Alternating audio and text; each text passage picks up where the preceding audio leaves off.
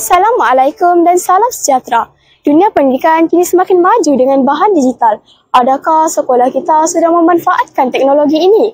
Bersama saya, Nur Ain Husnina, melihat bagaimana bahan digital membantu murid dalam pembelajaran.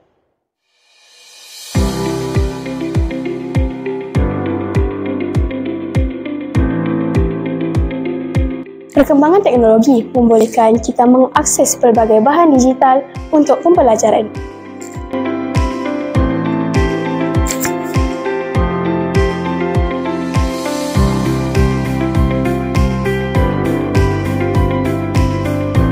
Dengan portal pendidikan seperti Google Classroom, murid boleh membaca buku digital dan menghantar tugasan dalam talian.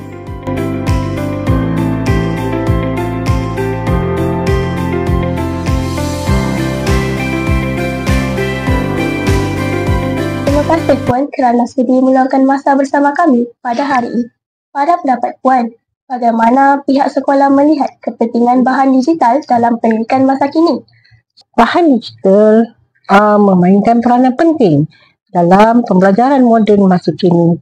Ia bukan sahaja memudahkan akses kepada maklumat, malah menjadikan pembelajaran lebih berkesan dan menyeronokkan.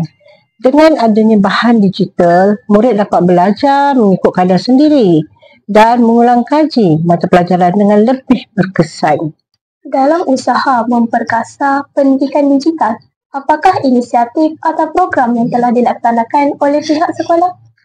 Di sekolah ini, kami telah memperkenalkan penggunaan siswa AINS untuk menggalakkan budaya membaca secara digital. Selain itu, guru-guru menggunakan platform Google Classroom dan Kahoot untuk menjadikan pembelajaran lebih interaktif.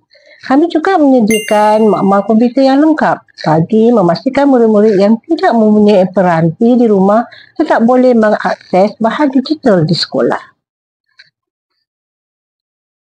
Apakah harapan Puan terhadap penggunaan bahan digital dalam meningkatkan kualiti pembelajaran murid? Saya berharap agar murid-murid dapat memanfaatkan teknologi ini dengan sebaiknya. Gunakan bahan digital bukan sekadar untuk hiburan, tetapi untuk menambah ilmu dan meningkatkan kemahiran. Pendidikan digital adalah masa depan kita dan kita perlu bersedia untuk menguasainya.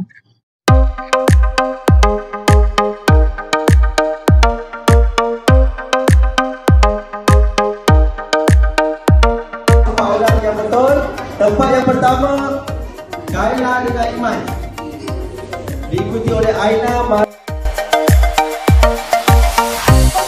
Pembelajaran kini semakin menarik dengan bahan interaktif seperti video pendidikan, rumusan dan permainan kuis digital.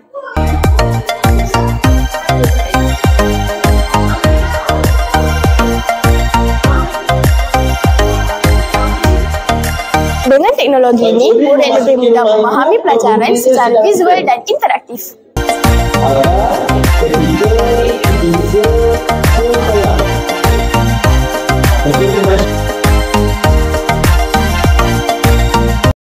Tidak semua murid mempunyai akses kepada internet di rumah.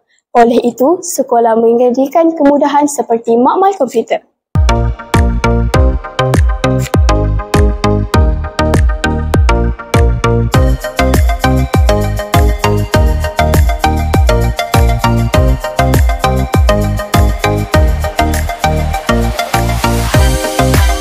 Perkembangan bahan digital telah mengubah cara kita belajar.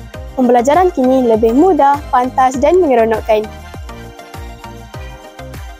Mari manfaatkan teknologi dengan bijak.